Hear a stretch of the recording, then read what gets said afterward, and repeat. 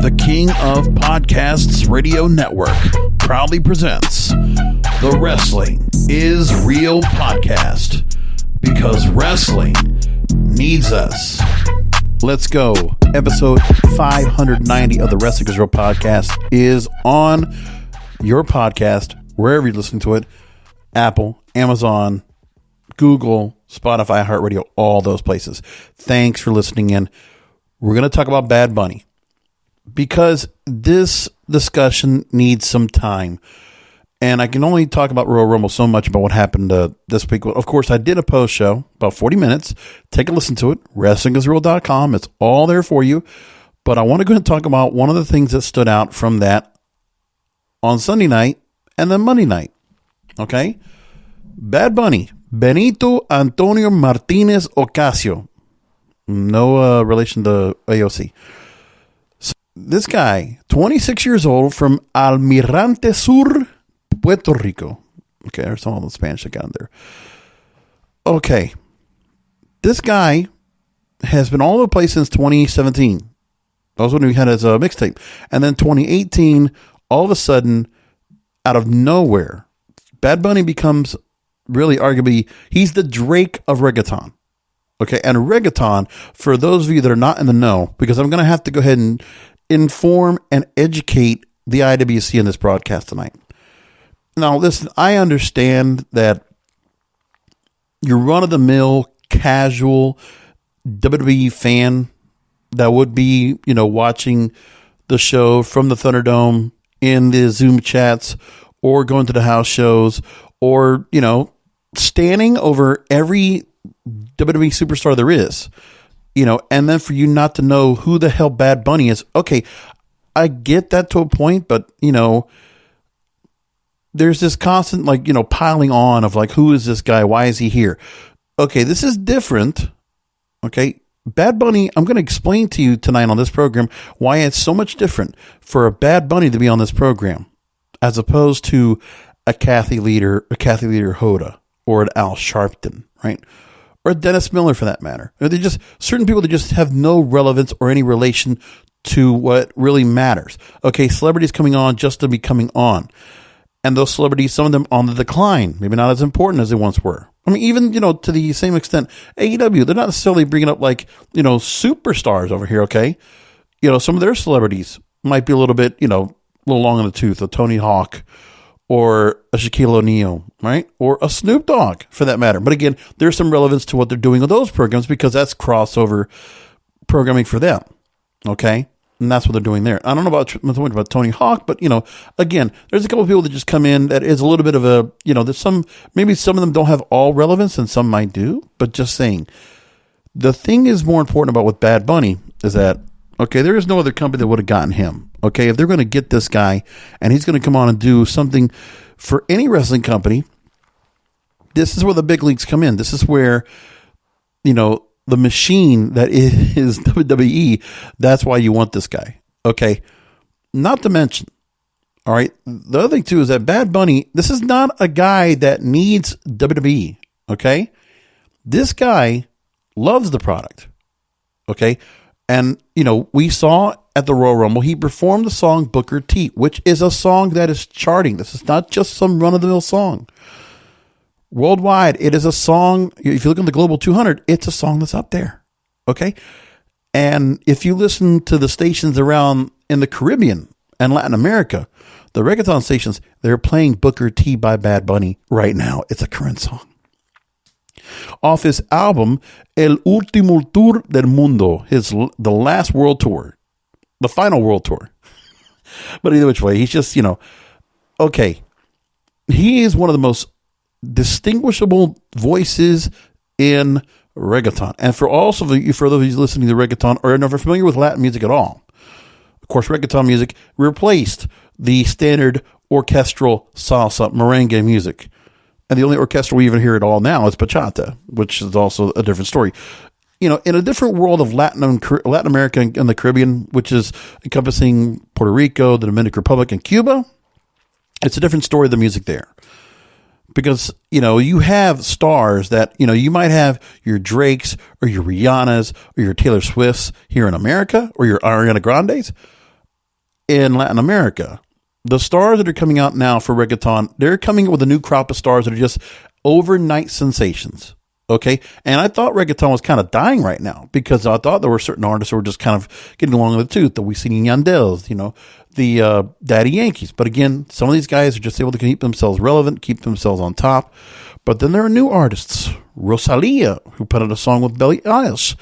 Lo vas a olvidar, right? But the thing is, what's going on here is that, again, a comparison, if you had to put reggaeton right now, Rosalia is almost like the Cardi B, or if you will, of the current state of reggaeton. And Bad Bunny is, again, remember, Bad Bunny has already been a featured artist on several American songs. Okay? A number one song from 2018, I Like It, right? With J Balvin. And that was Cardi B doing that song. That song, super hot. Everybody heard it. Everybody knew Bad Bunny was on it. And then Drake got on the song with Mia, with Drake, and those two did a collaboration. And again, that song went over the top. And a song also last year in 2020, Dua Lipa was featured on a record called Un Dia, and Bad Bunny was on that record. That guy is featured on everything. This guy is like the artist. He is the Drake of the Latin American music right now. He is hot like fire, hot like butter on a knife. That's just it. The guy is white hot right now. He's the peak of his career right now. 26 years old. He's in his prime. He's not getting old. I mean, he's just, his career is just, he's at the pinnacle right now of his career. Like, I mean, he could probably get bigger than he is right now, but this guy, to just give you the idea, and not only is it for his music, because this guy also, more than anything else, is an influencer. And I've talked about this on my Broadcasters podcast, okay? Influencers are the new celebrities. So the Charlie D'Amelios, right? The Bella Thornes, the Jason Derulos. These are the ones that are the new people that are following, that are standing, they're into. And in the same vein that I've talked about where WWE could be doing the same thing, where they have their stars that could be much bigger Instagram followers than others. Sasha Banks, amazing. It really just is staying out. I think she also has like 5 or 6 million. And Bailey's near about 1 million. And then Alexa Bliss is in there. And there's others, right? Well, Bad Bunny's got 29 million followers. 29 million Instagram followers. 29 million Instagram followers. Wow. And then on Twitter, again, this guy is just, again, on fire. 2.6 million followers on Twitter. And I bet you he doesn't even do as much as he normally does. But again, that's what we got. So with all that said, this guy on his Instagram page, which obviously is popular, he's got a lot of stuff right now of him doing, again, a lot of different stuff. He promotes his album. His last couple of pictures right now, or last couple of posts on Instagram, are of him in Monday Night Raw and Royal Rumble. Him performing, him doing the jump off the top rope onto the Miz and Morrison, and the Miz TV segment, right? And a picture of him being at Royal Rumble and others. And also a picture of him with Booker T. Okay? The guy is a character. He is recognized and seen by so many different people, and the guy knows how to market himself. Okay? He's out there, and that's okay. It's like, this guy is definitely a character, and just, he just has a way that he fits the young demographic. Listen, you want people to go ahead and like catch on and watch him and get some new followers and new people to go ahead and watch WWE, right? This older audience. The thing is it's going to be tough because you have an older audience of the IWC, someone that are 30s, 40s, 50s years old that lived and breathed and relish the Attitude Era that are here now. And they're saying, okay, what's this Bad Bunny guy doing on here? Okay, got it. But I'm just trying to educate you and let you understand why this guy is so important right now to the lexicon of what is WWE, why they are given a gift of having this guy over here. Unlike other celebrities. Now, I would normally crap on celebrities or special guests, okay, but this guy, he's going to help make WrestleMania a bigger thing. When we don't have part-timers right now that could come into play, no Ronda Rouseys, no Brock Lesnar's, okay, no John Cena's. We don't have any of those guys. No, somebody you're going to get that's going to actually have some play right now, that's actually going to get some eyeballs and some buzz and some publicity to WrestleMania is Bad Bunny. To an audience, yes, it might not be all American audience, but man, you have a worldwide audience, a global audience of Spanish-speaking wrestling fans that do follow this program, that do follow this product. They'll be all in about this. They'll see it as an extra thing, right? And to see The Miz take on Bad Bunny, come on. And by the way, the guy's training. We're going to talk about that in a minute. But he's actually training. That's pretty interesting. Come on, man. Give him some credit. And by the way, as he's putting stuff up on his on his Twitter, he's also putting stuff up there. Like, his people are promoting WWE right now. They're in it. They're hashtagging. They're helping Damian Priest become a star. The attachment, believe it or not, Damian Priest, this might have been the best thing that happened to him, was the representation of him as a Puerto Rican, connected with Bad Bunny, and taking that part. I think, that kind of gives a little bit of a different dynamic there. I actually kind of like the fact of Damian Priest being a part of this. I think I like that a lot. It took me a little bit to kind of figure out, but like, he wore, Puerto Rican shirt, was kind of just attached. It didn't feel disingenuous. It felt actually kind of authentic. So really, lay off of the guy. This guy, again, with what he's done in his career, let me just give you the background on Bad Bunny and just what he's done for his own career, how big a deal this guy is in the whole lexicon. All right. So, first of all, his music is defined as Latin trap or reggaeton. Again, you hear a lot of rap sound, but again, it's his voice and the way he sounds and the way he does his thing. He's definitely finding himself as becoming much more of a different sounding. He has a different sound, and he's definitely an evolutionizing artist. He doesn't stay to a certain style. He has really grown to, change up his look, really just go out there and just do a lot more things like that. So it's very interesting. And also, I didn't remember. I forgot about this too. He played at last year's Super Bowl, the halftime show with Shakira and Jennifer Lopez. Did you guys remember that? This is what this guy's done. His last album, the album prior to the one now, was YHLQ MDLG Yo Hago Lo Que Me Da La Gana, which is I'll do what I want. I'll do what interests me is probably the better interpretation of that. So he's a SoundCloud artist originally. Okay. And then again, he was signed to a record label working in a supermarket as a bagger and was studying at the University of Puerto Rico at Arecibo. And then the song that really got him out, that everybody started listening to him, was a song called Soy Peor, I'm Worse. And that was in late 2016. And then he would collaborate on the songs I Like and Amia, which both charted at number 1 on the Billboard Hot 100 in the United States and number 3 respectively. Mia was the number 3 song in the country at one point. I Like It was number 1. And then he put his debut album out in 2018 called X100 Pre, which got a Latin Grammy Award for Best Urban Music Album. And he also did collaborative albums with the likes of J Balvin called Oasis.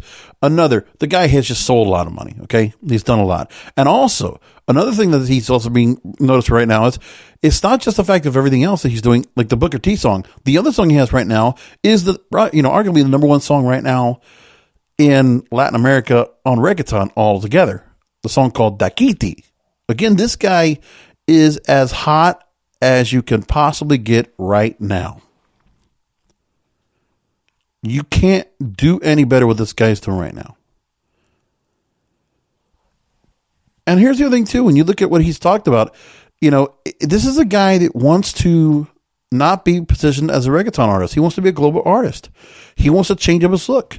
And this guy is a throwback to how, influencers and certain personalities were out there, because he has certain things that he does that really stand out and make him really as a different look.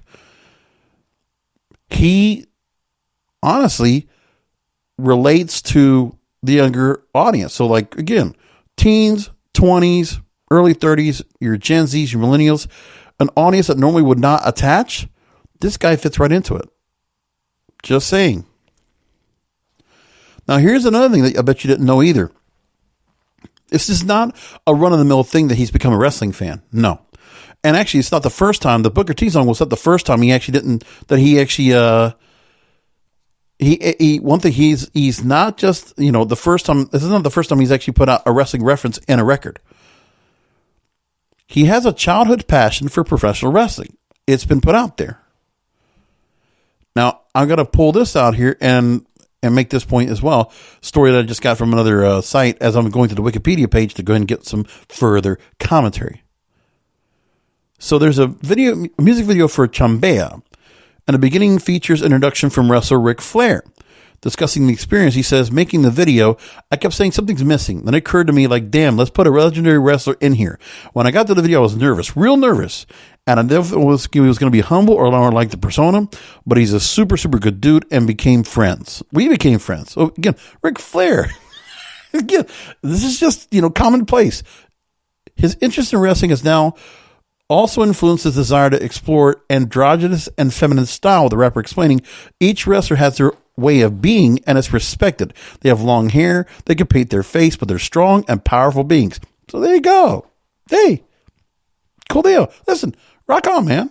I can't complain with what he's trying to do here. I get what he's trying to say. Now, in the story that came out November 26, 2019, Fader Magazine actually did a profile on him. And here is the crux of what they're saying about this, okay? Now, talking about his childhood, again, to understand, we want a wrestling fan that's much like us, that relates to us as wrestling fans, how we grew up watching wrestling. So here's what we talk about here. Fader.com, and I'll put this story in the description for all of you to go and check out for yourselves later. Growing up, Bad Bunny spent a lot of time at the small skate park at the Complejo Deportivo Tortuguero in Vega Baja, which is in Puerto Rico. And every year his crew takes a group photo there near a half pipe graffitied with a giant pink octopus. And then he mentions that, he comes out of the car for this particular magazine they're talking about where he gets to meet with the guys, gets out of the car unmistakably tall and gangly, wearing Barbie-sized sunglasses with a red tint to them. One of the kids exclaims, "Ay, conejo," the sight of his favorite rapper cutting through his team malaise. Bad Bunny greets them generously and takes selfies with them. This is his home, and he remembers what it's like to be a fan because he still is one. Another dream he personally fulfilled, perhaps an early instructor of his outsized persona and flamboyant sartorial instincts, was seeing some live WWE matches. This is 2018, by the way, August 2018. Bad Bunny's fascination with wrestling started when he was a kid. Ask about it maybe after he smoked a blunt and his face lights up. Bobby would watch wrestling all the time when I was like 5 or 6 years old, but I didn't watch it. I was still playing with cars and things. Like 2 years later, because of some cousins of mine, I started to watch it. And since then, I've been a huge fan of the WWE. He says animated. I was a huge fan of the wrestling here too, the IWA, which is, that's the Caribbean, the Puerto Rican Federation, the Colon. So, Carlito's come back now. Carlos Colon, Savio Vega, you saw, if you've been watching MLW, he talks about the Caribbean Championship. That's the IWA Caribbean Championship, by the way.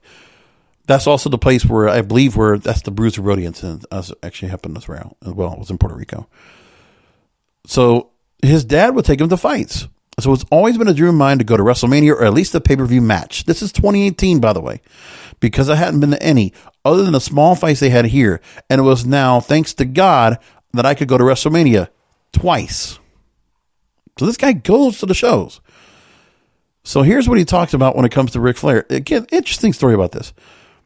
For his Chambea video, he struts around in a floral Gucci suit and raps about being a hard-ass motherfucker. Bad Bunny hired Ric Flair to give him a rousing intro. Back at the house, he sits on a leather couch and pulls from a Philly. Making the video, I kept saying something's missing. It occurred to me like, damn, again, just like I said before. And I didn't know if it was going to be humble or more like the persona, and here's what we got. He invited me to WrestleMania, Ric Flair, WrestleMania in 2019. And he introduced me like a friend to all the wrestlers, and he got to meet John Cena. And he was excited about it. It's like fulfilling your childhood dreams. Not as an artist or career dreams, but your kid dreams. I never felt jealous in my life, but the only time I never felt jealousy was when I saw the photo of Post Malone with The Undertaker. Boo, I almost cried. You saw he did the choke slam on him. It's great. Come on. As a wrestling fan. He's one of ours. Okay? He is brethren like us. He is a common, understood wrestling fan. That's what the whole point is. Okay? It's funny to see that, but it's absolutely just, it's wonderful to see that he actually just feels that way, and that's how he really was in. So that's cool shit, man. Okay? This multi-million-dollar star that is like huge in everything that comes to music. This guy does not need WWE at all. He doesn't. But in this cover story, we see everything we need to know about this guy. So much to be said. So much. This guy means a lot.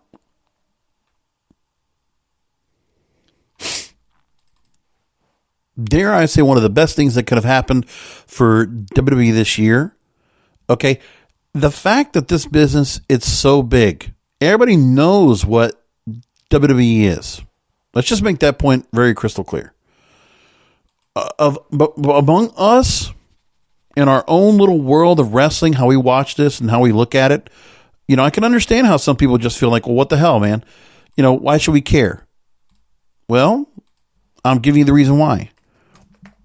Regardless of what you think, there's something to be said about how important this guy is and what he is, okay?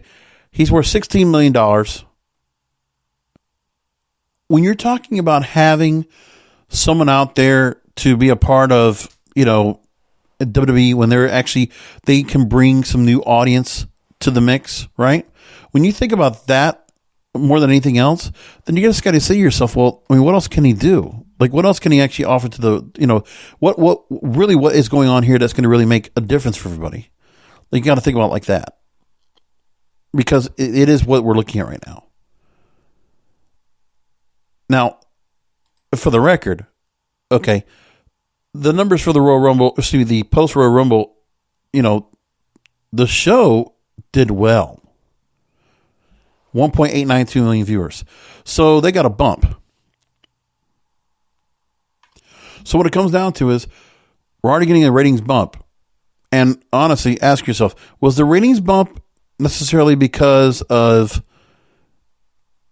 was it really because of what happened with, I guess Randy Orton and Edge maybe? Or the Edge and Drew McIntyre stuff? Would it be the stuff that was going on with, just ask yourself, what do you think it might be?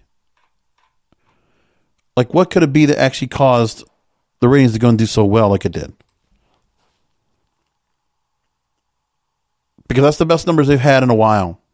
I mean, for Monday Night Raw, that's been struggling for a long time now. Quite a bit of change right there. When I look at the final numbers for Showbiz Daily, and they show the numbers for cable, again, now I forget, was it the second hour that we had? Oh, well, here's the thing, okay? This tells you everything. And I forget what hour. No, I think that's right. If I'm correct, I believe that Bad Bunny was in the second hour. Or it was out throughout the night. But first hour, 1.981. Nearly 2 million viewers. 1.885 for hour 2. 1.8 for hour 3. And let me tell you this as well. You want to know how Bad Bunny made a difference? Look at your 18 to 49 numbers and look at your 18 to 34 numbers. Tells you everything you need to know. Among what I'm looking at right now, in the 18 to 49, again, on every demographic, they were number 1, 2, and 3. Now, what shows were they going up against? Well, there was Snowpiercer, there was Street Outlaws and Discovery Channel, Below Deck on Bravo, which has been consistently doing okay. You had that. And then, you had sports. And actually, there wasn't even sports going on because there was really nothing going on like that at all. No NBA, nothing like that. So, again, they had their own pick. But again, now, what they had was an increase, 18 to 49, number 1. persons. 18 to 49 females, number one. 18 to 49 males, number one. They took the female audience. I mean, what does that tell you? Of the top 3 hours, younger came to watch this show. That is the Bad Bunny effect. Take it as you want. People watched. And I think that had a really lot of reason to do with it. Sure, Royal Rumble has some reason, but again, that's why the older numbers are up there. 25, 54, 50 plus, number one. But again, across the board, that is the kind of thing that USA wants. That's what they used to get. Now, is it actually going to help the wrestling product? Well, hey, he is going to wrestle. We're learning about that. That's the most amazing part.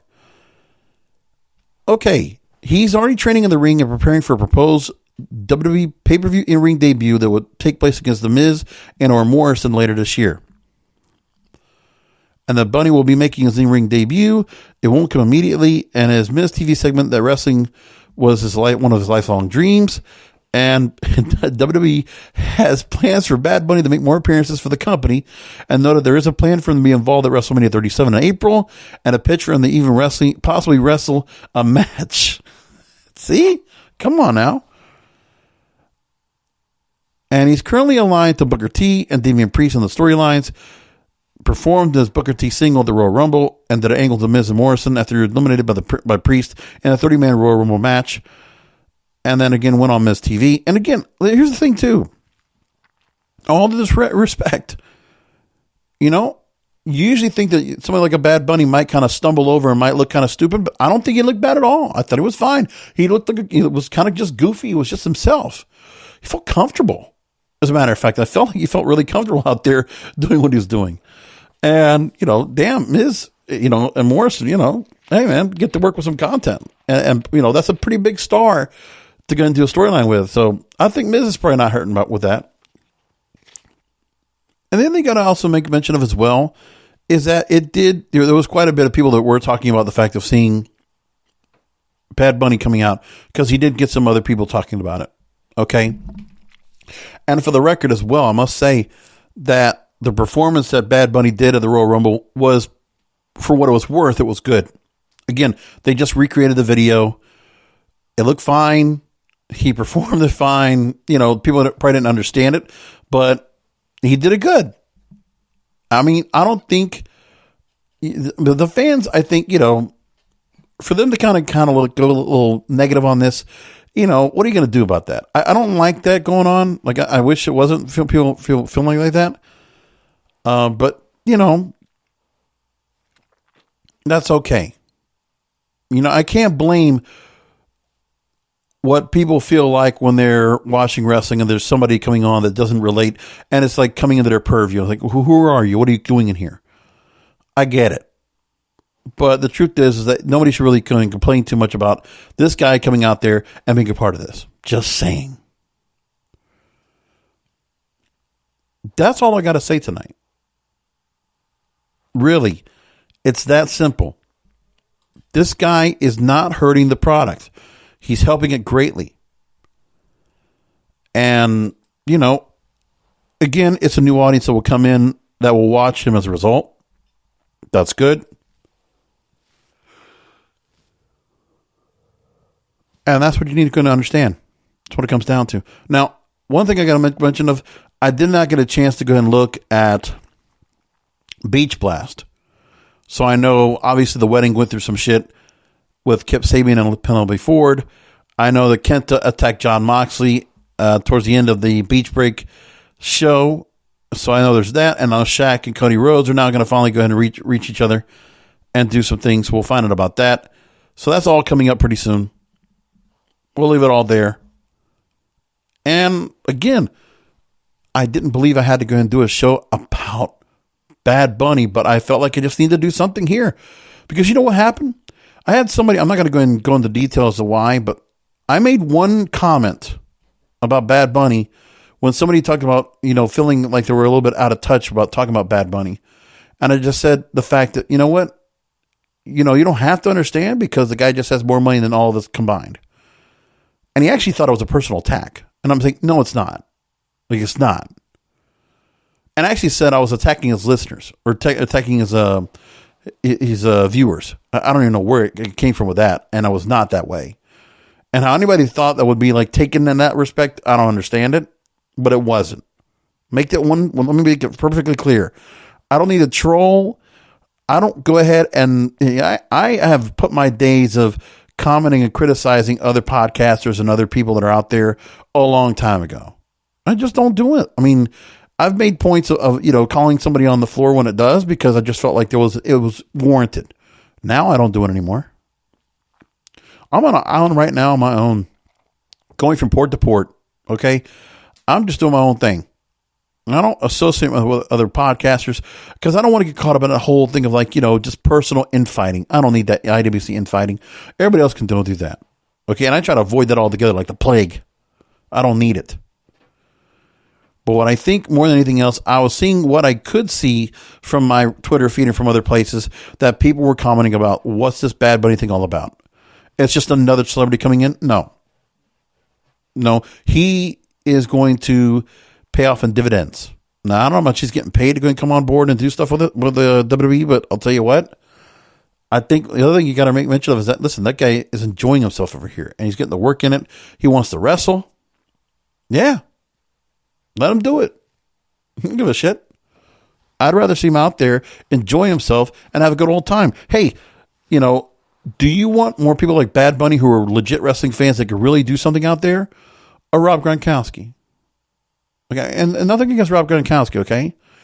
But again, there's a different story about how he'll fit and what he really offers to the dynamic as opposed to what Bad Bunny does. Because Bad Bunny brings in new audience. New audience. Now, will there be some people that will actually attach to what's going on here as a result? I hope so. Because this company needs anything to get people watching. And maybe they will relate to the storylines of Alexa Bliss going all crazy and changing herself up, looking like Sybil out there. I know Sybil's such an old reference, but Sally Field Sybil, just Google it. You'll find out. Okay. Multiple personalities, things like that. That's the one thing I will say. I don't like her. I don't like this so much of her being the fiend type character as much as I do. What I do like of the gimmick for Alexa Bliss is I like the Sybil personality, like the multiple personalities. I actually like how she changes from the Harley Quinn twisted evil to the playful playground 8-year-old to the Alexa Bliss that we all remember and enjoy. I think that actually is kind of cool. That I can actually, I don't have much of a thing about.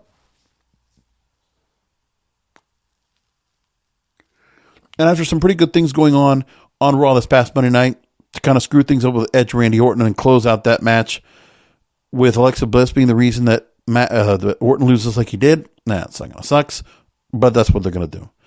And again, we don't know if Edge is going to go and take on Roman Reigns or Drew McIntyre. It's just kind of putting a carrot out there and maybe just seeing how people just feel about it. So we don't know. And we'll find out. In the meantime, come back for another Wrestling Gazoo podcast, and maybe we won't have to talk about Bad Bunny. But we'll go and keep an eye on what's going on with the Rumble, Beach Blast, and other things, and take it off from there.